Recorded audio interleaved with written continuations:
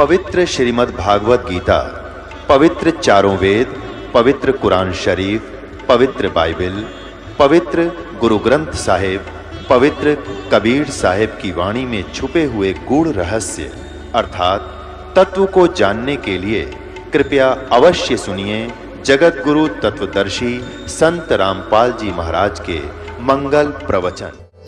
उसकी महिमा, उसका नित्यनेम आरती और वाणी पाठ भजन, इसका सदुपयोग है। और नहीं तो कहते इस चाम की कोई आवश्यकता नहीं तो ये ऐसा गंदी चाम है, मनमाने ना जाने किसी व्यक्ति को ऐसा गंदा शब्द बोल दे वो रो रो कर मर जा। ये ऐसा गंदा चाम है, ना जाने किसकी चुगली खाकर उसको फांसी तुड़वा दे। ये ऐसा गंदा चाम है, राम नाम बिना अगर इसकी भक्ति इससे नहीं करते तो किसी की गलत गवाही देकर उसको फांसी तुड़वा दे, ना जाने किस किस के रोज में लठ बजवा दे 1 मिनट में। तो इससे अगर सदुपयोग है तो परमात्मा कहते हैं जीव जाता हुआ भली जो रटे हरि नाम, और नहीं तो काट फेंक दियो यो मुख में बुलानी चाम। काट फेंकना मीन ने कोई काट डालना नहीं, बुराई त्याग दे, किसी का मन शब्द अपशब्द नहीं कहे, किसी के बारे में झूठ नहीं बोला है, किसी को दुखदायी झूठ नहीं बोला है, किसी की गलत गवाही नहीं दे, चाहे कितना ही कुछ भी हो जा। ये निर्विचार कर लेना, नहीं तो ऐसी बिरान माटी होगी इन गलत गवाही देने वालों की और गलत काम करने वालों की। आप देखते हो कुत्ते का जीवन, ऊपर तो दोनों पिछली टांग टूट जा और सिर में जख्म और पड़ा पड़ा रो रहा है। हमने दया आती है भगवान इसने के जुल्म कर दिया ऐसा, और जब ये करता था जब क्यों किया, करके क्यों पछतावे, और बोया पेड़ बबूल का फिर आम कहां से खावे। अब जैसे आज मांस खाते हैं, अब इनको नहीं लगता कि इसका पाप भोगना होगा। परमात्मा कहते हैं, आदरणीय गरीबदास साहिब जब परमेश्वर की आंखों देखा, सारा विवरण देखा, कहते हैं कि तुमने उस दरगाह का मैल नहीं देखा और धर्मराज के तिल तिल का लेखा तुमने ना देखा, वो ठिकाना भी कोई याद कौन तुम्हारे। वहां तो एक तिल तिल का भी हिसाब होगा, जो तुम किसी का मांस खाते हो तुमने उसका बदला रो रो कर देना होगा। आप किसी की आत्मा कष्ट पहुंचाते हो अपने स्वार्थवश, उसका कुछ तो तुमने यही भोगना पड़ेगा और बाकी फिर नरक में बिरान माटी होगी। एक समय की बात है, एक भक्त और एक गुरु और शिष्य जा रहे थे। एक मछियारा मच्छी पकड़ रहा था, ऐसे जाल भरे और बाहर पिटक दे और वो तड़फ तड़फ गए और मर जा। दूसरिया की आस लगा कर जाल डाल कर बैठ जा। गुरु शिष्य वहां पर उस तालाब के किनारे कुएं पर पानी पी रहे थे। शिष्य ने पूछा, गुरुदेव ये पापी आत्मा को क्या कष्ट मिलेगा, इसको कितना भयंकर दंड मिलेगा, ये इतना पाप कर रहा है। गुरुदेव ने कहा, बेटा समय आने पर जवाब दूंगा। चले गए। 5-6 वर्ष 7-8 वर्ष के उपरांत एक 2-3 वर्ष का हाथी का बच्चा ऐसे उछल कूद मचा रहा था, मस्ती में दौड़ रहा था, कभी छलांग लगा रहा था, कभी पीछे को हट रहा था। वो ऐसे उछलते कूदते एक 2 वृक्षों की बीच में फंस गया। तो उसको वो झटके वटके मार के निकल तो आया, पर खाल घनी छुल गई और उसमें जख्म पड़ गया। उसमें जख्म गहरा हो गया और कीड़े पड़ गए। वो पड़ा वहीं पर चिल्ला रहा है और उसमें बेअंत कीड़े वो खा रहे हैं। उसी के आसपास रास्ते से वही दोनों गुरु शिष्य जा रहे थे। शिष्य ने पूछा, गुरुदेव इस प्राणी ने ऐसा क्या जुल्म कर दिया प्रभु, कितना बुरा हाल इसका हो रहा है, ये इतने कीड़े इसको खा रहे। तब शिष्य गुरुदेव ने बताया, बेटा ये वही मछियारा है जो वो मछलियों को पकड़ के बाहर डाल रहा था, उनके मांस को खाया करता था। अब ये जितनी मछलियां इसने सारे जीवन में मारी खाई, वो आज अपना टिट फॉर टेट कर रही है। अब ये वही इनका बदला दे रहा है। अभी तो ये आंशिक है और भी बहुत ऐसे पाप इसको और भी भोगने पड़ेंगे।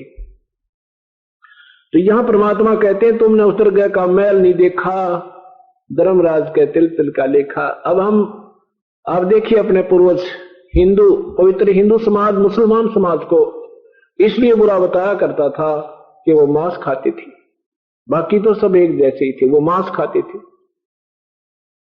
और अब हिंदू देखो मांस कितना खा रहे हैं, मुसलमानों को भी पीछे छोड़ने को रहे हैं। और फिर ये भोगना पड़ेगा जब रोना आएगा। अब ये बात सत्संग के अंदर ही आपको याद दिलाई जाती है, इन पे अमल कीजिए। प्रभु की वाणी है, दास की नहीं है। परमात्मा का वाणी जो है उनका संविधान है, और संविधान की अवहेलना करना पाप का भागी हो के आपको सजा भोगनी ही पड़ेगी। अब बैल की जब याद आती है, ये मन फिर ठीक हो जाता है, क्योंकि ये जो अंकुश है इस मन पापी पर जो बकवाद करने लगे, तो ये बातें याद आ जानी चाहिए प्रभु की वाणी की, ये फिर सीधा हो जाता है। दास का जन्म जो एक किसान परिवार में हुआ, और हमारे एक बैल था, उसके पैर में कील चल गई लगभग 1.5 इंच लंबी। अब वो बातें अब याद आ रही हैं, जब ये विशेष सत भक्ति पर लगे, जब घनी याद आने लगी। पहले तो ओम जय जगदीश रे, स्वामी जय जगदीश रे घंटा सुबह शाम करते ही रहते थे, लेकिन मन में वो डर नहीं था प्रभु का जो अब बन गया। अब क्योंकि हम मर्यादा से चल पड़े और पथ रह करके हम ये सब काम कर रहे हैं, प्रभु का हमारे ऊपर विशेष आशीर्वाद है गुरुदेव का, जिस कारण से भक्ति भी ठीक चल रही है, याद भी बनी रहती है, पाप कर्मों से छूटने का प्रयत्न भी जारी रहता है। और वो जो ज्ञान दिया जाता है वो हृदय में पहुंच रहा है। पहले हृदय में नहीं जाता था, आक्षाणिक सुनते थे, फिर भूत बाल जाते थे। तो उस बैल के जो कील तो लगी, आली ने सोचा कि वैसे कोई ऊंचे नीचे पैर रखने से इसकी नस में नस चढ़ गई है, और वो कई बार ऐसे चलाते रहते तो वो ठीक हो जाता, और छोड़ देते तो ज्यादा दुख हो जाता था। इस दृष्टिकोण से आली ने भी ना उसको परवाह नहीं की और सारा दिन काम लेता रहा। शाम के समय बिल्कुल 3 पैरों से आया बैल और बैठ गया, तेना चारा फिरा। सुबह तक पैर सूज गया, घुटनों तक। एक ऐसे पहले 30-35 साल पहले ऐसे ही ट्रीटमेंट होया करते गांव में, तो उसमें एक पड़ोसी बुलाया जो थोड़ा बहुत टूटे फुटों की जानता था। ऐसे उसने आप कहा कि इसके घुटने पर बाव आ गया है, कोई नस पर नस चढ़ रही है या बाव आ गया है, इसकी एक पट्टी बांध दी। कील लगी है खुरों में, नीचे पैरों में, और पट्टी बांधी जा रही है घुटनों पर। 1 महीने तक बांधते रहे। वो बैल नहीं उठा वहां से, खाना चारा भी छोड़ दिया, आंखों से पानी गिरे, बैठे बैठे को पानी पिलाए, वहीं थोड़ा सा चारा रख दे, थोड़ा बहुत खाए, फिर बहुत बुरी तरह स्थिति में रहे। 1 महीने के बाद लगभग उसका अपने आप ही वो पैर में पक के वो कील जहां लगी थी फूटा, उसमें से मवाद निकला। जब घर वालों को पता लग गया, अरे सचमुच इसका तो पैर में भी, खुर में भी कोई गड़बड़ है। वो खुर में दिखाया गड़बड़, तो पड़ोसी बुलाया, उसने एक चमटी से तो वो पकड़ के कील निकाल दी, इतनी लंबी कील। 3-4 दिन बैल अपने आप खड़ा होने लग गया और ठीक हो गया। हे भगवान! अब देखो उस पहले जब वो नादान आत्मा मनुष्य शरीर में था, उसने मन में भी ना सोची होगी ये पहाड़ टूट जाएगा, ये ऐसा भयंकर कष्ट तुझे भोगना पड़ेगा, तू बैल भी बन जाएगा और बोल के बता नहीं सकेगा तेरे कष्ट कहाँ है, आंखों से पानी गिर रहा है, ये बोल के नहीं बता पा रहा तेरे पैर में कहाँ कील लगी है, घुटनों पर पट्टी बंध रही है, मरहम पट्टी ट्रीटमेंट घुटने का हो रहा है, और खुर में वो दर्द सता रहा है। अब ये बातें वो परमात्मा याद दिलाता है कि फिर पीछे तू पशुआ की जय दीजय बैल बना, और 4 पहर जंगल में घूमे तेरा तो नहीं पेट भरे।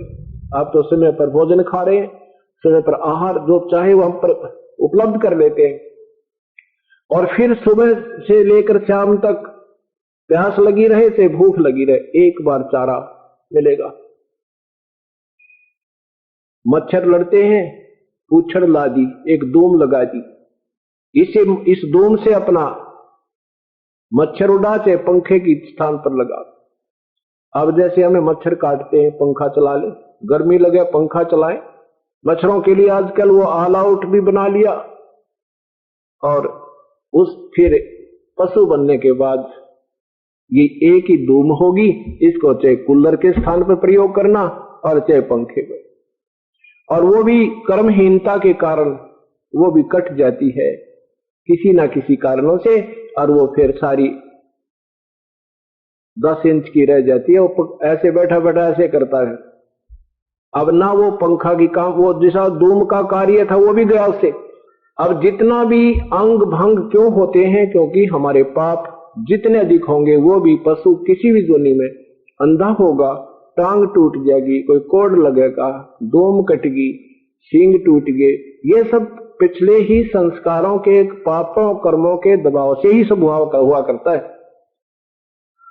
और फिर परमात्मा क्या याद दिलाते हैं कि फिर पीछे तू खर कीजिएगा, खर माने गधा, फिर पीछे तू खर कीजिएगा, कुरुड़ी चरने जा, और टूटी कमर पजावा चढ़ तेरा कागा मार, फिर गधा बनेगा। परमात्मा कह रहे हैं कि फिर तू गधा बनेगा और फिर कुम्हार सारा दिन काम लेगा। एक जख्म जरा सा हो जाए तो आपका अगर कपड़ा भी लग जाए जख्म के ऊपर, आंखों से पानी नहीं समाप्त होता रहे से बहुत पीड़ा होती है। और गधा बनने के बाद कमर टूट जाती है, जख्म बन जाता है, उसके ऊपर बोरा रखा जाता है, उसके ऊपर एक थैला रखा जाता है जिसमें ईंटें, कच्ची पक्की ईंटें डाली जाती है, कभी ऊपर से नीचे, नीचे से फिर भर के ऊपर पजावे पर जैसे मदानी भट्ठा लगाते थे। अब वो आंखों से पानी गिर रहा है और जख्म के ऊपर 1 क्विंटल वजन रखा है। अब ये कष्ट क्यों उठाने पड़ रहे हैं अपन को? हम परमात्मा की वाणी पर विश्वास नहीं करते। जब मनुष्य शरीर होता है तब हम यहां से इतना जोर नहीं देते दिमाग पर जितना संत चाहते हैं कि ये अपना कार्य भी करे, लेकिन परमात्मा की मर्यादा में रहते हुए भगवान के मार्ग को सबसे ज्यादा महत्व दें, प्रभु की भक्ति को ज्यादा महत्व दो। 1 नंबर पर हमने परमात्मा के मार्ग को लाना चाहिए, 1 नंबर पर। और उसके 1 नंबर पर लाने से फिर अपना जो अन्य जो कार्य है वो भी ठीक ठाक बहुत अच्छी तरह, घर में सुविधा, बच्चों की सुरक्षा, को कष्ट निवारण, कोई व्यवसाय में हानि, वो सब ठीक हो जाती है। अब इन सत्संग को सुनकर आदरणीय गरीबदास साहेब ने कहा, प्रभु भक्ति तो हम करते हैं, भक्ति तो हम करते हैं। परमात्मा ने कहा, बेटा काहे की भक्ति करते हो? श्री कृष्ण, श्री राम, ब्रह्मा विष्णु महेश, जैसा भी हनुमान जी आदि की। परमेश्वर ने कहा, बेटा ये भक्ति करते करते तुमने युग बीत गया, असंख्य युग। क्या बताया कि कोट जन्म तन बरमत हो गए, कुछ ना हाथ लगा रे, कुकर सुकर खरबा बोरे तो कौवा हंस बुगारे। कोटि जन्म तू राजा की, ना मिटी ना मन की आशा, भिक्षक होकर दर दर घूमा तुम मिला नो निर्गुंडासा। तो सब कथा सुनाई कि ये जो साधना तुम करते हो जन्म और मृत्यु के मिटने की नहीं है। ब्रह्म पर ब्रह्म और ब्रह्मा विष्णु महेश व अन्य साधनाओं से जीव का जन्म और मृत्यु और कर्म का दंड कभी समाप्त नहीं हो सकता। जैसा किया ज्यों का तो भोगना ही पड़ता है। फिर परमात्मा ने बताया कि वो पूर्ण ब्रह्म सत्पुरुष, उसकी भक्ति करने से जीव का जन्म मृत्यु सदा के लिए समाप्त हो जाता है और कर्म का दंड भी जो भोग्य होता है वो भी नहीं भोगना पड़ता। संत शरण में आने से आई टले बला, जय मस्तक में सूड़ी होवा काटे में टल। पूरा सत्संग सुनकर आदरणीय गरीबदास साहेब में एक विशेष प्रेरणा हुई कि प्रभु वो सतलोक हमने तो कभी सुना नहीं, ना कोई ब्रह्मा विष्णु महेश से अलग कोई भगवान सुना।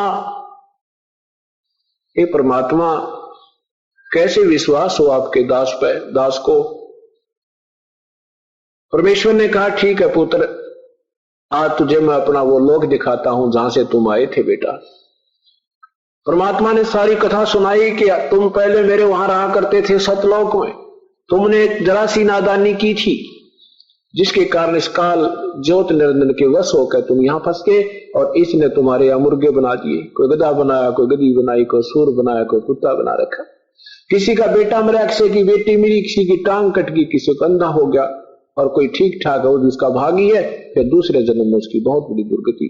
परमेश्वर की सारी कथा सुनकर आदरणीय गरीबदास साहब ने परम पूज्य परमेश्वर कबीर साहब से कहा, है भगवान एक मेहर करो अपने दास पे, मुझे दिखा दो आपका लोक, हम कहां थे वो तो मालिक आए थे अपनी छाप छोड़ने के लिए, अपना एक गवाह तैयार करने के लिए, इस कलयुग के लिए।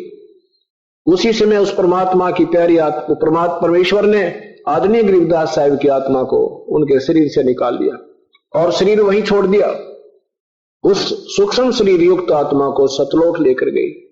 ब्रह्मा विष्णु महेश के सब स्थान दिखाए, वो लोक दिखाए, धर्मराज का लोक दिखाया, स्वर्ग लोक दिखाया, काल का लोक दिखाया, वो नरक दिखाया जहां पर प्राणी अपना कर्म दंड भोग रहे हैं, जहां उन लाल खंभों से बांधे जा रहे हैं, जहां पर उन नरकों के अंदर उनको ठोका जा रहा है और बाकियों की तैयारी हो रही है, जहां वो काल बैठकर 1 लाख प्राणियों का नित आहार कर रहा है, वो खा रहा है। फिर सतलोक लेकर गए परमात्मा अपनी प्यारी आत्मा को। उधर पीछे से क्या हुआ, काफी समय ऐसे ही वो आदरणीय गरीबदास साहेब जी का शरीर जैसे आसन पदम लगा के आम सिद्धासन पर आदमी बैठा रहता है, पलाथी मार के आलती पालथी लाके ऐसे बैठा है। उधर से ग्वालों ने, दूसरे पालियों ने सोचा भी वो बाबा जी भी चले गए और देखो वो लड़की का लड़का अभी वहीं बैठा है, उसको बुला लाओ, अपनी गायों को घेरेगा, उसका नंबर आ गया। अब वहां एक भक्त जाके कहने लगा, गरीबदास परमेश्वर को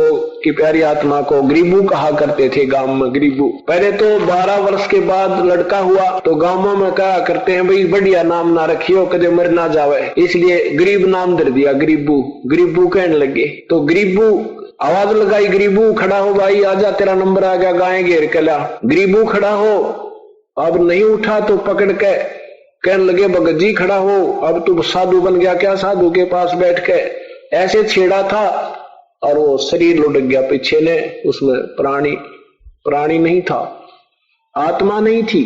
अब वो लड़के का ऐसे सौ गिर गया तो उसको देखा है तो मर गया। सब पाली दौड़े आए, उन्होंने कहा भी सचमुच ये तो मर गया, हमने कहा था, लगता तो तभी था कि इसने वो जादू जंत्र का दूध पी लिया, मरना तो था ही वही। 2 पालियों से कहा कि जाओ भागे जाओ गांव में पता दो कि ऐसे ऐसे कहानी बन गई। उन्होंने गांव में जाकर उनके माता पिता को बताया। माता पिता ने सुनते ही पुत्र की मृत्यु, दोनों बेहोश हो गए। इकलौता पुत्र, 12 वर्ष तक कोई संतान नहीं, फिर उसके बाद कोई संतान नहीं। अकेलौता पुत्र की मृत्यु सुनकर माता पिता दोनों बेहोश हो गए। गांव वाले व्यक्ति दौड़े वहां पहुंचे जहां घटनास्थल थी। सचमुच बच्चे को मृत पाया। वहां से उसका वो उठा के उस बच्चे के शव को गांव की तरफ चल पड़े। माता पिता फिर होश में आए तो रो बुरा हाल कर लिया। उधर से परमात्मा अपनी प्यारी आत्मा को सतलोक ले गए। वहां जाकर क्या देखा कि एक और रूप में परमेश्वर तेजों में रूप में विराजमान है, एक तख्त का ऊपर। नीचे से जिंदा रूप में गए हुए परमात्मा कबीर परमेश्वर रास्ते में अपनी सारी कथा सुनाते हुए जा रहे हैं कि बेटा मैं पहले काशी में भी गया था, 120 वर्ष रह कर रहा था, उसमें मैंने ऐसे ऐसे लीलाएं की थी। सिकंदर लोधी का जलन का रोग ठीक किया था, रामानंद का शीश सिकंदर लोधी ने काट दिया था, उसको जीवित किया था, कमाली मरे हुए जीवित किए थे। सारी कथा सुनाई, अपने आत्म उस एक जीवन की सब लीलाएं सुनाई। मैं पूर्ण ब्रह्म हूं, मैं ही सत्पुरुष हूं, सारी सृष्टि का रचनहार हूं। अब रास्ते में जब जिंदा रूप में जा रहे थे विश्वास हो रहा था, लेकिन आगे जाकर देखा कि परमात्मा तो वो बैठा तख्त के ऊपर, कितना सुंदर शरीर, तेजों में शरीर है, जिसके एक रोम को से कोड़ सूर्य कोड़ चंद्रमा मिला दे इतनी रोशनी निकल रही है। ये है भगवान, ये नीचे तो बाबा जी कोई इसका यहाँ का सेवक होगा। ऐसा गरीबदास जी महाराज की आत्मा विचार विमर्श कर रही है मन में, अपनी आत्मा में। वहां जाकर क्या किया कि नीचे से जो जिंदा रूप में गए थे प्रभु चवर करने लगे अपने ही दूसरे स्वरूप, जो तेजों में स्वरूप में वहां विराजमान थे। कुछ देर के बाद क्या होता है कि गरीबदास जी सोच ही रहे हैं कि ये है पूर्ण परमात्मा, ये कोई नौकर है। इतने में वो तेजों में शरीर खड़ा होता है उस सिंहासन से, और नीचे से गए परमात्मा उस पर विराजमान हो जाते हैं एक साधु रूप में, जो जिंदा महात्मा के रूप में गए थे। और तेजों में शरीर वाला जो वास्तविक प्रभु नजर आता है वो उसके ऊपर चवर करता है अपने दूसरे स्वरूप जो नीचे से गया था उसके ऊपर। गरीबदास जी सोच रहे हैं कि बाबा जी पर भगवान चवर कर रहा है, ये बाबा जी भी खूब शक्ति वाला नजर आता है। इतने में वो तेजों में शरीर उस परमेश्वर नीचे से आए हुए परमेश्वर के स्वरूप में समा गया। अकेला वो परमेश्वर उसी जिंदा वाले रूप में विराजमान है तख्त के ऊपर सिंहासन पर, और चवर अपने आप सेवा कर रहा है। ऑटोमेटिक। तब परमेश्वर ने कहा बेटा हम ही अलख अल्लाह हैं, कुतुब गोस और पीरे, गरीबदास खालक धनी ही हमारा नाम कबीर। हम ही सारी सृष्टि के रचनहार हैं और मैं ही पूर्ण ब्रह्म हूं, सारी सृष्टि का रचनहार मैं हूं और तुम मेरी आत्मा हो। वहां अपने ही कर्म कमजोर संस्कार से तुम गलती से वहां फंस गए हो बेटा, और तुम्हें यहां आकर चैन मिलेगी। देखो ये तुम्हारे पहले के यहां से नहीं गए, वो कितने आनंद से रह रहे हैं, इनकी कभी मृत्यु नहीं होती, मनुष्य जैसा शरीर है और 16 सूर्य जितना तेज इस वहां के शरीर का है, 16 सूर्य जितना नूर है। तब गरीबदास साहब कहते हैं भगवान मुझे यहीं रख लो, मत भेजो उस गंदे लोक में। परमात्मा ने कहा नहीं बेटा ऐसे नहीं रख सकते, स्वयं भी भक्ति करो और भक्ति का ऋण उस काल का ऋण तुम्हारे ऊपर है। इस भक्ति की साधना से सत भक्ति करके ये नाम तुझे दूंगा, रह रह कर पुत्र तुझे संभालता रहूंगा, गुप्त रूप से आया करूंगा तेरे पास, और ये भक्ति कर, स्वयं भी कर और जो भी तेरे संपर्क में उनको सतमार्ग बता, और फिर तुझे भक्ति करवा के यहां ले आऊंगा। अब उधर परमात्मा अपनी प्यारी आत्मा को अपना ऊपर का दृश्य दिखा रहे हैं। उधर से गांव वालों ने बच्चे को मृत जानकर शमशान घाट पर रख दिया, यानी चिता पर रख दिया, जलाने की फूकने की तैयारी कर दी। इतने में परमेश्वर ने वो आत्मा वापस छोड़ दी। तक चिता के ऊपर रखा हुआ शरीर ऐसे अपने आप कंपन करने लगा। 10 वर्ष के बाल गरीबदास जी का ऊपर बांध रखे थे, वो बंधन टूट गए, अपने आप खड़ा होकर और आवाज लगाई, बोलो सतगुरुदेव की जय। ये अमृतवाणी बोलने लगे कि अलल पंख अनुराग है सुन मंडल रथीर, दास गरीब उधारिया सतगुरु मिले कबीर। अब गांव वालों ने सोचा भी चलो लड़की का लड़का जीवित तो हो गया, पर ये तो पागल हो गया। ये वाणी बोल रहा था अमर वाणी, हम ही अलख अल्लाह हैं कुतुब गोस और पीर। ये अमर वाणी परमात्मा की महिमा की सुना रहे थे कि 16 शंख पर हमरा तकिया गगन मंडल के जिंदा, हुक्म हिसाबी हम चल आए काटन काल का फंदा। अनंत कोट ब्रह्मांडे का एक रति निभारे, सतगुरु पुरुष कबीर हैं ये कुल के सिरजनहारे। अब ये वाणी बोलने लगे तो गांव वाले का समझ में आवा नहीं, कहने लगे भाई छोरा तो पागल हो गया, ये लड़का तो पागल हो गया और परमात्मा का नाम बावड़िया धर दिया। बावड़िया उस परमेश्वर की प्यारी आत्मा गरीबदास साहब का यानी उर्फ नाम गरीबू तो था, गरीबू के साथ साथ बावड़िया धर दिया कि बावलिया, यो गरीबू बावड़िया आ गया। बावड़ा बावड़ा कहते हैं ना, बावड़िया कहने लगे। अब 3 वर्ष के बाद जब वो गरीबदास साहब 13 वर्ष के हो गए, 3 वर्ष के बाद एक दादू पंथी महात्मा गोपाल दास नाम के, उनका बनिया के घर का शरीर था, वो भी ऐसे प्रेरणा पाकर के प्रभु की गृह त्याग कर और साधु रूप धारण करके और अपनी साधना करते हुए गांव गांव में घूमा करते थे, गांव गांव में भ्रमण भी करते थे। अब वो गोपाल दादू साहब को भी परमात्मा ऐसे ही मिले थे, कबीर परमेश्वर, जब दादू साहब 7 वर्ष के थे उनको भी ऐसे मिले थे। और फिर वो सत्ज्ञान दिया, अपना करमंडल से जल एक पान के पत्ते पर रखकर पिलाया, फिर सतलोक ले गए। 3 दिन और 3 रात तक बेहोश पड़े रहे, उनका शरीर नहीं छूटा, लेकिन ऐसे शरीर बेहोश पड़े रहे, श्वास आते रहे, आत्मा नहीं रही। तीसरे दिन वो आत्मा फिर छोड़ दी थी दादू साहब के शरीर में। उसके बाद दादू साहब ने कबीर परमात्मा की कलम तोड़ महिमा गाई। जिन मुझको निज नाम दिया सोए सतगुरु हमारे, दादू दूसरा कोई नहीं ये कबीर सिरजनहारे। कोई सरगुण में रीझ रहावे, कोई निर्गुण ठहरावे, दादू गत कबीर की हमसे कही ना जावे।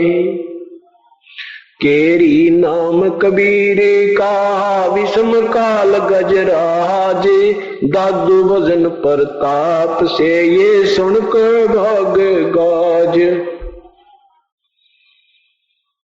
और नदी सब कूप हैं ये कहते श्री तानी रे। दादू उगम अपारे है दरिया सत्य कबीर। और भी भगवान हैं जो उनके अवतार संत जन आते हैं, वो भी शक्ति रखते हैं, लेकिन कबीर परमेश्वर के तुल्य नहीं।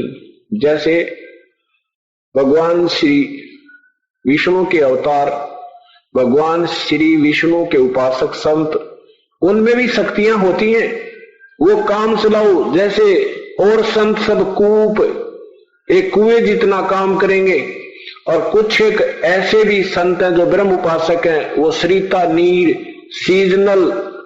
सीजनल जो रिवर, सीजनल जो कैनाल होती हैं, यानी समय पर चलना फिर बंद हो जाओ, वर्षा ना होता है, कहते ऐसे भी हैं। लेकिन दादू दरिया अगम है ये दरिया सत कबीर।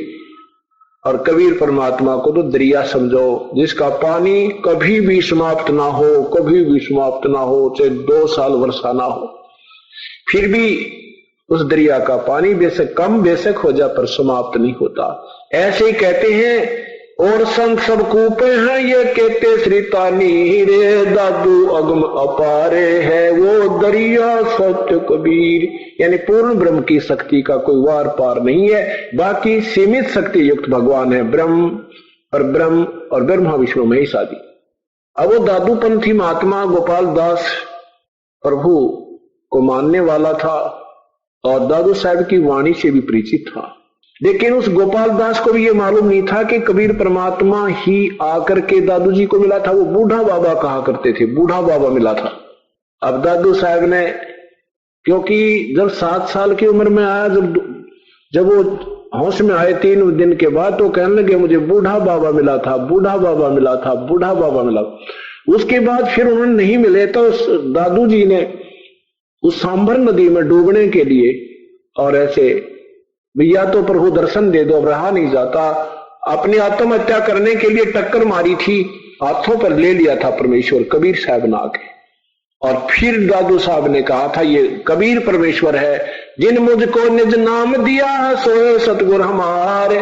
दादू दूसरा कोई नहीं वो कबीर सिरजनहार। तो ये सारी कहानी यूं बिगड़ी पड़ी है कि जो पहले की वाणी है दादू साहब की, वो तो बूढ़ा बाबा कह के गुण गाए थे, और जब आंख फिर दोबारा परमात्मा प्रकट हुए, उनको पूर्ण ज्ञान समझाया, तब कहा ये तो कबीर परमात्मा थे जो काशी में आए थे।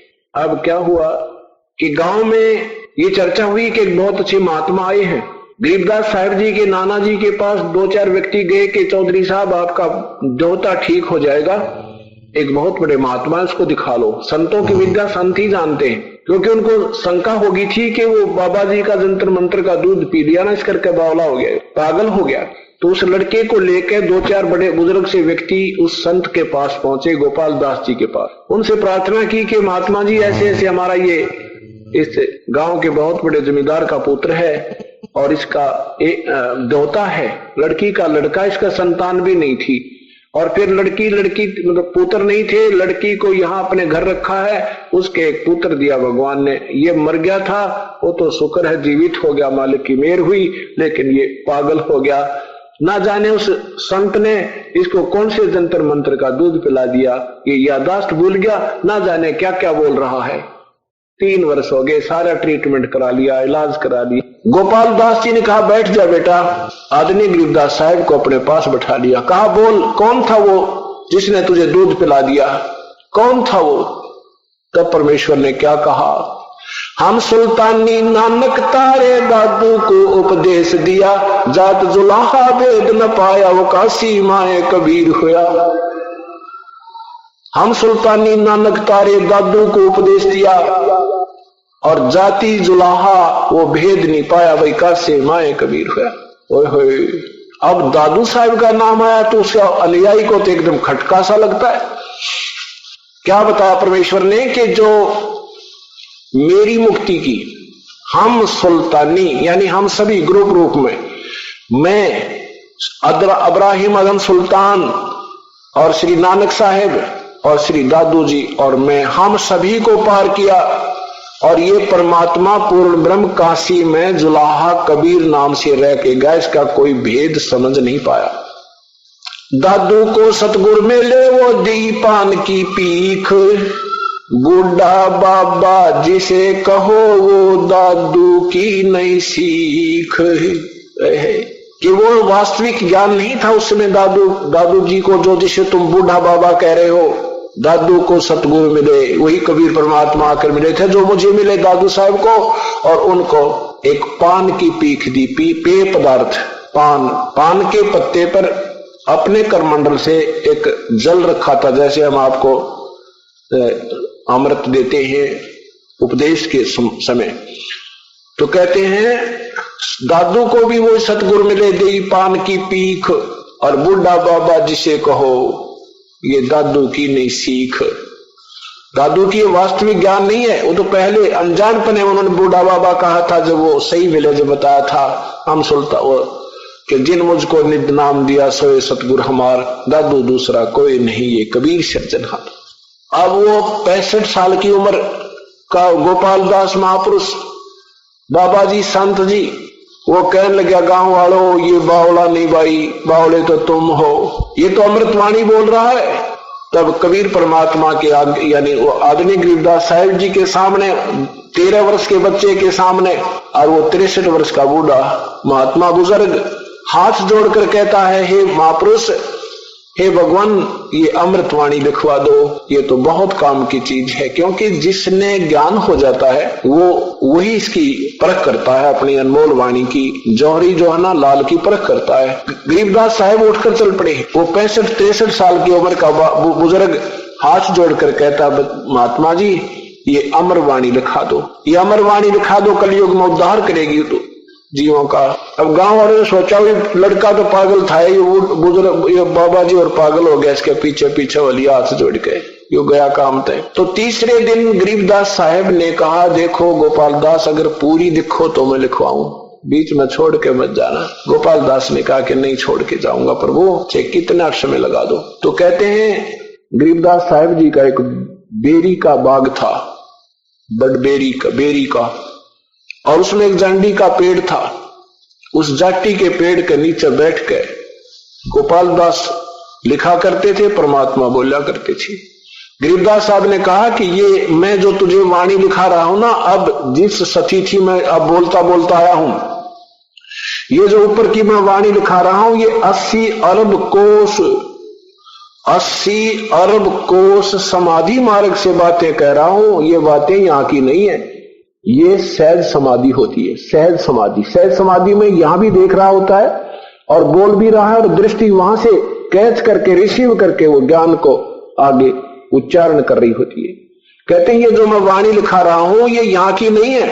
80 अरब कोस, एक कोस लगभग 3 किलोमीटर का होता है, और 80 अरब कोस कहते इतनी दूरी से वो वहां की उस अतिथि के जो वहां के जो हंस हैं, वहां कैसी रहनी सहनी है, वहां तक पहुंचे हुओं का क्या उपलब्धि होती है, वो बोल रहा हूं, यहां की नहीं है। ऐसे 6 महीने के अंदर वो लेखन कार्य समाप्त हुआ। आज वही अमरवाणी सदग्रंथ रूप में आपके सामने अखंड पाठ चल रहा है, और दास भी उसी के आधार पर आपको सत्ज्ञान दे रहा है। क्योंकि ये विश्वास इसलिए दृढ़ हुआ कि उस परम पिता ने की जो वाणी थी वो लिपिबद्ध की गई थी एट ए टाइम, और फिर उसमें से 90% कबीर वाणी से मेल खाती है। और फिर उन प्यारी आत्माओं को जिनको कबीर परमेश्वर जाकर मिले हैं, उनके बाद उन्होंने जो अपनी अमर वाणी बोली है वो ज्यों की त्यों इन महापुरुषों से मेल खाती है। इन सब मेल के मिलने के उपरांत दास को दृढ़ विश्वास हुआ कि सचमुच ये कबीर परमेश्वर है, और ये उनके गवाह है उस परमेश्वर के, आदरणीय गरीबदास साहेब और ये अन्य महापुरुष, आदरणीय दादू साहब, आदरणीय श्री नानक साहब जी, आदरणीय मुलुकदास साहब जी, आदरणीय धर्मदास साहब जी। अब ये 4-5 तो ऐसे पक्के एफिडेविट है उनके, और साथ में फिर अब ये चारों वेद गवाह नौके ने गुण गावा कबीर परमात्मा की। कबीर परमेश्वर ने कहा था, वेद हमारा भेद है, हम वेदों में ना, और जिस वेद से मैं मिलूं वो वेद जानते ना। जिस वेद से मैं मिलूं, वेद मेरा ही भेद दे रहे, पर मैं इन वेदों से नहीं मिल सकता। इनमें मेरी महिमा जरूर है, पर मुझे पाने की विधि वेद चारों वेदों में नहीं है। और जिस वेद से मैं मिलूं वो वेद जानते ना। जिस ज्ञान से, जिस विधि से मेरी प्राप्ति हो वो वेद नहीं जानते। वो तो चारों वेद भी यही कहते हैं, वो तत्वदर्शी संत कोई और है। पवित्र गीता जी यही कहती है कि वो तत्वदर्शी संत कोई और आएगा और वही हमारे को सत्ज्ञान देगा, तब हमारा उद्धार होगा। अब ये जो 3 दिवसीय समागम मनाया जा रहा है, ये उसी उपलक्ष्य में है कि वो परमात्मा पूर्ण ब्रह्म मनोसदृश है, साकार है, और जब चाहे एक पल में इस पृथ्वी पर, पलक की कुछ ही सेकंड में सतलोक में, गरीबदास जी कहते हैं एक पलक में साहिब मेरा फिरता 14 भवना, वो एक पलक में इन 14 भवन की खबर लेकर और अपने यथा स्थान पर बैठ जाता है। इतना समर्थ, इतना गतिशील परमेश्वर है। अब गरीबदास साहिब अपनी अमर वाणी में क्या बताते हैं? हम देखा सो साच है वही और सकल परपंचे, हमने देखा वो सत्य, बाकी सब परपंच है। अपनी अपनी दंत कथा कह रहे हैं जो परमेश्वर से पूर्ण परिचित संत या ऋषि नहीं है। गरीबदास साहब ने बताया कि कबीर परमात्मा मुझे धर्मराज के दरबार में लेकर गई। धर्मराज जहां पर हमारा सबका एक लेखा जोखा होता है, जहां पर हमें पाप और पुण्य के आधार पर हमारा जो प्रारब्ध बनता है, जो यहाँ का चीफ जस्टिस है, उसको धर्मराय या धर्मराज कहते हैं। वो धर्मराज ब्रह्मा विष्णु महेश के सामने भी अपने चेयर नहीं छोड़ता है, अपनी कुर्सी से उठता नहीं है, क्योंकि ब्रह्मा विष्णु महेश का भी अकाउंट उसके आधार पर वही तैयार करता है। कर्म जैसा जिसका खाता है उसके अनुसार वही तैयार करता है। और जो ही कबीर परमेश्वर गरीबदास साहिब के साथ वहां आत्मा को लेकर के पहुंचे, अपनी समर्थता का प्रतीक देने के लिए कि इस बालक का पक्का जच जा, पूर्ण दृढ़ निश्चय हो जाए और नगर नगर में, गांव गांव में ये मेरे निर्भय होकर के और निसंशय होकर के गुणगान करे, इसलिए वो अपनी समर्थता का एक और प्रमाण देना चाहा प्रभु ने। धर्मराज के दरबार में जब कबीर परमात्मा पहुंचे, धर्मराज ने आसन त्याग दिया और करबद्ध होकर के खड़े हो गए और कहा कि आओ प्रभु, बैठो, विराजमान हो। जैसे उच्च अधिकारी और नीचे के अधिकारी के ऑफिस में चला जाता है तो उच्च अधिकारी के जाते ही वो नीचे वाला अधिकारी अपना चेयर छोड़ के एक आदर के सत्कार भाव से, औपचारिकता शिष्टाचार के नाते खड़ा हो जाता है और कहता है बैठो साहब, यहाँ विराजमान हो। और वो अधिकारी खड़ा रह करके उसकी औपचारिकता का विशेष ध्यान ना देते हुए क्या कहता है, अपना जो कार्य आदेश होता है इमरजेंसी का, वो तुरंत उसको कहता है और कहता है ध्यान से सुन ले, कहीं फिर गड़बड़ ना हो जा, यानी उस पर डांट मारता है। और वो फिर भी जी सर और करबद्ध खड़ा रहता है। ऐसे ही परमात्मा ने जाकर के उस धर्मराज के दरबार में और वहां पहुंचे तो धर्मराज खड़ा होकर के औपचारिकता करा, कहो प्रभु बैठो, विराजमान हो प्रभु। तो परमात्मा उनकी औपचारिकता को ध्यान न देते हुए अपना आदेश सुनाता है, धर्मराय दरबार में देई कबीर तलाक, मेरे भूले चूके हंस को तो पकड़िए मत कजाक। गरीबदास जी को दृढ़ करने के लिए कि कहीं ये बालक विचलित ना हो जा, उस धर्मराज के ऊपर ऐसे गांठ लगा रहा है कि मेरे भूले चूके हंस को भी, कबीर हंस को मत पकड़ना कजाक, कहीं तो बदमाशी कर दे। धर्मराज ने कहा प्रभु आपके हंस को नहीं पकड़ूंगा, लेकिन मेरी एक समस्या है परमात्मा, जब से आपकी शरण में नहीं आते उससे पूर्व के जो इनके पाप और पुण्य का लेखा अकाउंट होता है वो तो प्रभु मेरे पास मेरे कागजों में जो का तो विद्यमान रहता है, और बाद का जो आपके पास चले गए वो हमारे कागजों से उसको ओमिट हो जाते हैं, वहां से निकल जाता है। उस पिछले का तो मैंने खाना पूर्ति प्रभु करनी पड़ेगी, उसके आधार पर मैंने इनको सजा भी देनी पड़ेगी। तब परमेश्वर ने कहा कि करम ब्रह्म ब्रह्मांड के ये पल में कर दो ने से, जिन हमरी दो ही दी सो करो हमारे पेशे। हे परमेश्वर, तेरे ये कर्म ब्रह्म इस ब्रह्मांड के, इसमें तुमने बना रखे ये नाला को, तुमने कर दिया काम को बड़ा सारा, इनको सत्य ज्ञान देते नहीं, बचपन से ये सारे उल्टे सुलटे काम करवा डालते हो और फिर कहते हो तुम्हारा ही कर्म तुम्हें ही मिल रहा है, जैसा करोगे हम तो वैसा ही दे देते हैं। कि तुम्हारे ये पिछले जो पाप कर्म है उनको मैं नष्ट कर दूंगा, उनको समाप्त कर दूंगा, उन पापों का विनाश कर दूंगा। और जिन्होंने मुझे याद किया है, कोई भूल चूक कर अनजानपने में गफलत के कारण, मान ली 1-2 वर्ष पिछली आयु में ना भी भक्ति करे, सत्संग भी छोड़ गया, इतना दयालु है परमात्मा। कहते उसको फिर पकड़ भी ले जाओगे ना, और वो फिर वहां याद आएगा इसको। ये जो ज्ञान आप सुन रहे, ये खाली नहीं रहेगा, आपके अंदर फीड हो रहा है, आपके अंतःकरण में जमा हो गया है। जैसे सोपन में कभी कोई बात याद आती है, कभी कोई याद आ जाती है, ऐसे ही ये जब यहां से तुम जाओगे और वहां जाते ही मान ले गफलत में यम के दूत पकड़ भी लेंगे, तो ये ज्ञान याद आओगा आपको याद आएगा। कोई मुझे तो कहा करते थे, हम तो कबीर साहब के सेवक हैं, हम तो काल के दूत हमें नहीं पकड़ सकते, तो उस समय याद आएगा तुझे। और वहां जाकर भी अगर तूने ये कह दिया ना, अरे मैं तो वो कबीर साहब का शिष्य, मेरे गुरु जी वो नाम था, वो ऐसे कहते, उनका भी हिसाब मत करिए, उन्हें मेरे पास भेज दिए, मैं आप देखूंगा उनको। एक सेवक बता रहा था कि जी मैं ऐसे सोपन में और मेरा शरीर छूट गया, और मैं बाहर निकला तो मुझे अपना वो शरीर भी दिखा और मैं भी दिखू जा रहा। इतने में 2-3 वो आगे मोटे मोटे डिग डोल से, ने बोला 4 भाई आज हमारे साथ आ जा। 2 जने आगे और मुझे पकड़ लेंगे। तो मैं कहने लगा, भाई कहाँ ले जा रहे हो तुम? वो कहने लगे, भाई धर्मराज के पास ले जाएंगे, तेरा टाइम पूरा हो लिया। तो उसको कहने लगे, जी मेरे वो बात याद आएगी, अगर भाई हमें तो यम के दूत नहीं ले जा सकते, हम तो कबीर परमात्मा के शिष्य है। तो बोला, जी मैंने उन गला मुक्का हो गया उड़े कि तुम हम ले जा ही नहीं सकते। तो दोनों वो वीर मैं भी बोला लवान हो गए। एक बोला, भाई तू ऑर्डर हो किसने? मैं पहले पता कर हूं ये झगड़ा है, वही कहते सचमुच कोई और ले आए हम। वो एक तो मेरे पास खड़ा रहा, एक अंदर गया, अंदर जाकर बोला, जी ऐसे ऐसे कहानी है, और वो नौका मैं तुम मुझे पकड़ नहीं सकते। कहते धर्मराज ने बेराना किए क्या? उसने बोला, भाई छोड़ा इसने, क्यों मरवाओ मुझे भी, ये अपना नहीं है। ने बोला, जी मैं जब वापस आया तो सारे शरीर में पसीने आ रहे, और नो देखू मेरे लो किसी आ रहे, कहाँ खून आया है ना खून आ रहे, पर थक रहा ऐसा कसूता जैसे करड़ी कुश्ती कर रखी हो। तो सुबह उठा, मैंने घर वालों को बताया कि आज तो मेरी टिकट कट गई थी, आज नहीं था, जब परमात्मा की चरण में नहीं होता तो वहां पे सारी कहानी बताई। 1-2 बार मैं पहले भी बताया करता, घर के का थोड़े नाम ले रहे थे, नहीं बोला तेरा तो रोज का ड्रामा है, मेरे पास कौन वापस आ सके। अब वो ना माने, ने बोला मैं कैसे भूल जाऊं, मेरे गिर वो बीती रात ने। तो यहाँ परमात्मा कहते हैं, धर्मराज दरबार में दे कबीर तलाक, मेरे भूले चूके हंस न तो छेड़िए मत कजाक।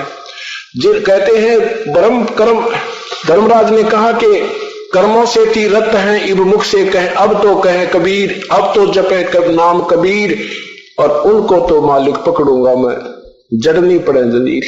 तो क्या कहते हैं, कर्म भ्रम ब्रह्मंड के त्रिपल में कर दो नेस, और जिन हमारी दो ही दी सो करो हमारे पेश। बोले पुरुष कबीर ते है, बोले पुरुष कबीर से, पुरुष माने प्रभु कबीर से, और वो धर्मराज कर जोड़, और तेरे हंस ने छेड़ू नी मैंने 2 ही लाख करोड़। बोलो सतगुरुदेव की जय। जब धर्मराज ने कहा, भगवान आपके हंस ने मैं नहीं छेड़ूंगा, ये दोनों कान पकड़ गए। तो परमात्मा पूर्ण ब्रह्म है, विश्वास रखना, मैं कोई बालक नहीं और कोई ऐसा अनजान नहीं जो कि खाम का ढिंढोरा पीटता फिरो किसी की स्वार्थवश। मैंने इस परमेश्वर को 1000 बार परखा है, और 1000 से ऊपर ये खरे पाए हैं, तब आपके लिए ये दास एक कुत्ते रूप में उस मालिक ने भेजा है आपको जगाने के लिए। आप विश्वास रखना, 2-4 वर्ष में दिखा दूंगा इस सारे क्षेत्र में। आज तो लोगों के भ्रमित किए हुए अनजान लोग, क्योंकि उनको कोई राहत आज तक मिली नहीं प्रभु की, इसलिए ये कह सकते हैं कि ऐसा नहीं हो सकता, झूठ बोलते हैं। ये उनका कहना भी स्वाभाविक है, उनका दोष कति नहीं, क्योंकि हम सुना करते थे कि भगवान ने ऐसे कर दिया था, एक गांव में ऐसे कर दिया था एक संत ने, लेकिन अब नहीं यकीन रहा था कि सचमुच प्रभु ऐसे गुण देख करता है। और आज हमारे लाखों की संख्या में पुण्यात्माओं को कई सुख दे रखे हैं जो भगवान किया करता है, और उनको नहीं हो रहे हैं तो वो सचमुच ये ठीक कह सकते हैं झूठ बोल रहे हैं। और हमने अपनी सत्य बताने में शर्म आती है कि इसने कहूंगा ना भाई मेरे घर में ऐसे सुख हो गया, तो ये नो कहेगा झूठ बोल रहा है, हमने शर्म आती है, इसका ये जवाब होगा ऐसे नहीं हो सकता। और जब हमारे साथ हो चुका है तो हम उनकी बातों को नहीं मान सकते कि प्रभु ऐसा नहीं कर सकता। इसलिए अपने परमात्मा पर पूर्ण विश्वास रखो और कुछ दिन के बाद देखना ऐसी अनहोनी करके दर देगा। आप सोच नहीं सकते भगवान ये हुआ तो वह क्यों करे। और देखो इस मार्ग में लगने के बाद मान लीजिए आपको थोड़ी बहुत कोई आपत्ति आ भी रही है, आप सोच रहे हो कि मेरा ये कार्य नहीं हुआ, आप सोच रहे हो मेरा ये रोग मुक्त नहीं हुए, औरों के हो रहे हैं, इसके भी कई कारण होते हैं। इन सब का दृष्टिकोण रखकर ही आप इस मार्ग पर चल सकते हो। कैसे? या तो आपका कोई नाम खंड हो गया, आप में कोई हीन भावना आ गई है जिसके कारण परमात्मा ने अपना पंजा पूर्ण नहीं रखा आपके ऊपर। दूसरा ये है कि आपके ऊपर भारी आपत्ति आनी थी, छोड़े में टल रही है तो आप उसको भी कष्ट मान रहे हो। और तीसरा कारण ये होता है धीरे धीरे रे मना और धीरे सब कुछ होवे, माली सींचे सोगड़ा रे तू आए फल होवी। तीसरा कारण ये है कि धीरे धीरे रे मना। आप विश्वास कर लेना 4 वर्ष 2-3 वर्ष आंख मीच कर लग जाओ, चाहे आपको ना भी लाभ होता दिखे। वैसे तो ऐसा नहीं हो सकता कि आपको लाभ ना हो, ये तो भूल जाना कि आपको यहां आने के उपरांत कोई लाभ ना मिले। 2 कारण आपको बताए हैं। कभी परमात्मा अपनी महिमा आप ही गाते हैं, साहेब के दरबार में ही, साहेब के दरबार में कमी का एक ही ना, हंसा मौज न पावता तेरी चूक चाकरी मां। इस परमेश्वर के दरबार में किसी चीज का अभाव नहीं है। इस परमात्मा के दरबार में इम्पॉसिबल वर्ड नहीं है, असंभव शब्द नहीं है। अगर आपको पूर्ण लाभ नहीं हो रहा तो आपकी चूक चाकरी में, आपकी कोई सेवा में, कोई भावना में त्रुटि है, इसको अपनी को सेट कर ले, इसको ठीक कर ले। और दूसरा यह है कि धीरे धीरे रे मना, धीरा सब कुछ हो।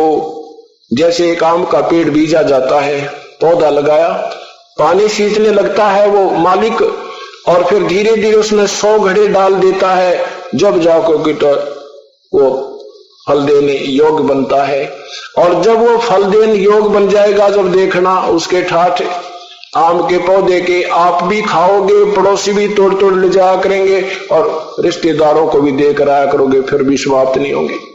तो ये राम नाम का आम का पेड़ अब आपने बीजा है, इसको सिंचाई करते रहो। ये तरीका इसकी सिंचाई का, सत्संग माना, ज्ञान सुनना, दान करना, भक्ति करना, बुराई त्याग देना। और फिर देखना 2-4 वर्ष के बाद इसके कितने फल लगेंगे। ओए आपको याद भी नहीं आओगे हम कभी दुखी थे। ये सत्य मानना। आप ये अब तो बहन भाई जो नए आते हैं उनका स्वाभाविक है अपना दुख परमात्मा के सामने विवरण करना, वर्णन करना, और फिर आपके मुख में जबान नहीं रहेगी, लोग नाल हो गए, दया कर दी, अब के गुण गाओ, यानी ऐसे ऐसे सुख देगा परमात्मा। तो इसलिए कुछ तो समय दे मालिक को देना और धीरज रखना। इन विचारों के आधार पर आप विचलित मत होना। और फिर देखना या दुनिया उमड़ का आया करेगी तुम्हारे सुख देख देख के। अब आते हैं बहन बेटियां जो कति तंग वाली बहन भाई जो भी हैं, इन माता धोक धोक के सारे जाड़े जुड़े लवा के गुड़गाने वाली बन बोरी सारी धोक के, और फिर वहीं के वही कष्ट है। अब उनको कहते हैं कि ये नियम निभाने होंगे, तो इन्हों कहे भगवान हम तो छके पड़े हैं, इन तक हम तक कति तंग आ लिया, ईब में पटक जाएंगे, देखा भी कोई ना। और फिर देखना ये वो परमात्मा प्रसंगी जब होता है, जब हम कति एक तरफ हो जाए, हम दोगले चले कुछ दिन, नाम तो ले लेते हैं भाई, उसने कहा चल मैं दीक्षा ले लेता हूं, और फिर भी डरते दोगले चलते हैं। वहां भी आदि लगाया कि फर्क पड़ा कि रुष्ट रुष्ट ना हो जाए, नहीं, यहां दोगला नहीं चलना होगा आपने। वो एक दिन एकदम ही सब कट ऑफ करना है। दास ने 25 वर्ष हनुमान की साधना की थी, मंगलवार का व्रत रखा करता था, जिस दिन ये सत्ज्ञान मिला उसी दिन त्याग दिया, उद्यापन भी नहीं किया उसका, और दूना लाभ हुआ। ये सत्कर्म मानना, पूरा विश्वास करना, ये पूर्ण परमात्मा है, लेकिन ये मर्यादा से प्रसन्न होते हैं। भक्ति बेशक कम हो जाए पर मर्यादा मत तोड़ना, इसकी गाइडलाइन से बाहर मत चला जाना। जैसे रामचंद्र जी ने लक्ष्मण से कहा था कि लक्ष्मण या तो तू आइए मत मेरे साथ, जब जंगल में वो चित्रकूटी में रहा करते थे वनवास में, और आवे तो ये एक रेखा खींच के आना, ये मंत्र बोल के, और सीता से कह देना कि इसे बाहर मत आना। तो फिर लक्ष्मण को भी जाना पड़ा सीता के कटु वचन सुन के, तो जाने लगा जब लक्ष्मण ने भी जाना पड़ा, तो सीता से कह के कहा था कि माता इस रेखा से बाहर मत आना। अब रावण एक साधु रूप बनाकर भिक्षा लेने गया, तो सीता जी ने कहा था कि साधु इस रेखा से अंदर आके ले जाओ, मैं बाहर नहीं आ सकती। अब रावण आगे को चला, उसमें से लपट निकली, वो एकदम वापस हो गया। उसने कहा कि देना है तो भिक्षा बाहर आकर दे जा, क्यों साधु के साथ बदतमीजी करते हो? पहले साधुओं से डरा बहुत करते, आदर बहुत करते थे। अब सीता ने सोचा क्या फर्क पड़ा है, एक बार 2 सेकंड लगेंगी और देकर बाहर अपना बैठ जाऊंगी आके, क्या पता लगे है लक्ष्मण और राम को। और यही बात मारे हमने। अब क्या कहते हैं, वो जरा सा उन्होंने अपनी सोच सोची थी, उस महापुरुष की मर्यादा का भंग कर दिया। वो बाहर आ गई, बाहर आते रावण उठा ले गया। या गरीबदास जी महाराज कहते हैं, मन तू पावेगा अपना किया रे, भोगेगा अपना किया रे। राजा राम की कार उलंगी, सीता लंक मजारे। उस वचन का भंग करने से, अपनी चलाने से और बाहर निकल जाने से मर्यादा से सीता के साथ क्या दुर्गति हुई, 12 वर्ष रावण की कैद काटनी पड़ी। तो इसलिए इस परमात्मा ने जो नियम बना रखे हैं, इससे बाहर मत जाना, उसमें काल खा जाएगा, जैसे रावण सीता को उठा लिया। तो ये परमात्मा कहते हैं, जब तक हंसा हमरी आना और काल लगे ना तुम रवाना। जब तक मेरी आन कान में ये हंस रहेगा, तेरा तीर नहीं लग सकता। हम नादानी कर देते हैं, हम लोक लाज में आ जाते हैं, छोटी मोटी बातों को अवॉइड कर देते हैं, क्या फर्क पड़ता है, हमने जरा सी लगता है, लेकिन परमात्मा का सारा काम बिगड़ जाता है। गरीबदास महाराज कहते हैं कि अनंत कोट ब्रह्मांड जहां हमने रचे सकल ब्रह्मांड, और गरीबदास में के करो यू काल करे जीव खंडे रहे है। अपने कबीर परमात्मा की समर्थता बताते हुए गरीबदास जी कहते हैं कि हमने सारे ब्रह्मांडों की रचना करी है, सबका पालन हम कर रहे हैं, और ये नादान आत्मा हमारे पर विश्वास ना करके हम क्या करें, ये काल के दूत, कोई झाड़ा लाने वाला, कोई झाड़ झाड़ने वाला है, और इनको जुब्बा बुका ले जाए, वहां चले जाते हैं और हमारी फिर मर्यादा से बाहर हो जाते हैं। ऐसे खंड हो जाने से ये काल अटैक कर जाता है, नहीं तो नाम लेने के बाद आपके कांटा भी नहीं लग सकता। तो इसलिए पूर्ण विश्वास रखना, आप और आपके बच्चे सदा सुखी रहेंगे। बोलो सतगुरुदेव।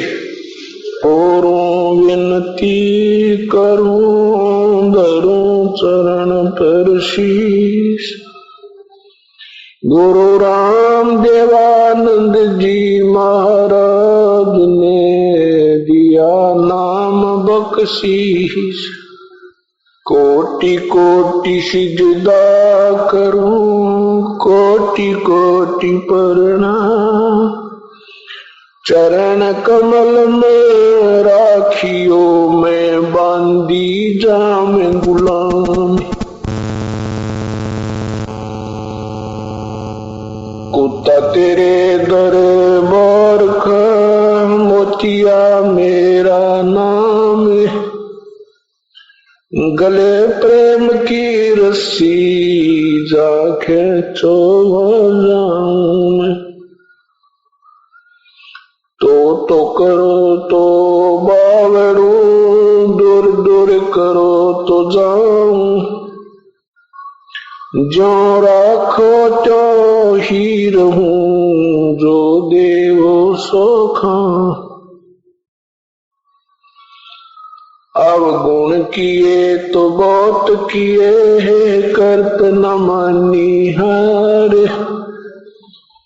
बावे बंदा बख्श दियो, बावे गर्दन उतार। अवगुण मेरे बाप जी बख्शो गरीब नवाज, जो मैं पूत कपूत हूँ और पिता कुलास। मैं अपराधी जन्म का नक्शक भरे विकार, तुम दाता दुखी गंजना मेरी करो संभार। सुरत करो मम साईं, हम है भव जल माई। आपे ही बजावांगे जो तुम न पकड़ोगे मां।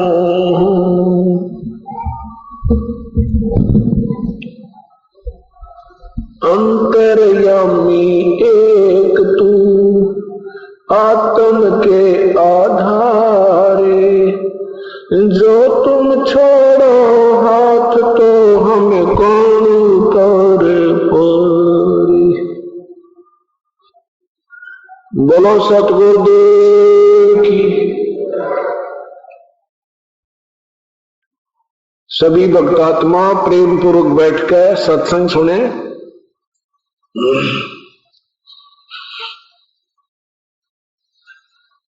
कबीर सब जग निर्धना, धनवंता ना कोय। धनवंता सो जानियो, जिस पर राम नाम धन होए। तू कर बंदगी जो चावे दीदारे, अवसर मानुष जन्म का भाई मिलन बारंबार। मानुष जन्म पाके नहीं रटे हरि नामे, जैसे कुआं जल बिना बनवाया क्या काम।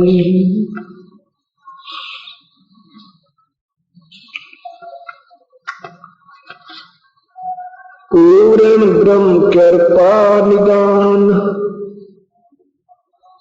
सुन के सौ करतारे।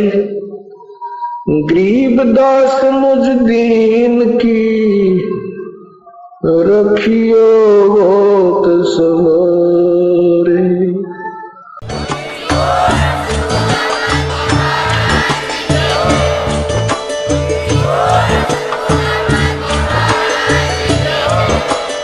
आप सुन रहे थे जगत गुरु तत्वदर्शी संत रामपाल जी महाराज जी के मंगल प्रवचन। अधिक जानकारी के लिए विजिट कीजिए हमारी वेबसाइट www.jagatgururampalji.org। संत रामपाल जी महाराज जी के शुभ आशीर्वाद से पूरे विश्व भर में 500 से भी ज्यादा नाम दीक्षा केंद्र हैं, जिन पर संत रामपाल जी महाराज जी द्वारा ऑनलाइन निशुल्क नाम दीक्षा दी जा रही है। अपने नजदीकी नाम दीक्षा केंद्र का पता करने के लिए संपर्क करें 8222880541।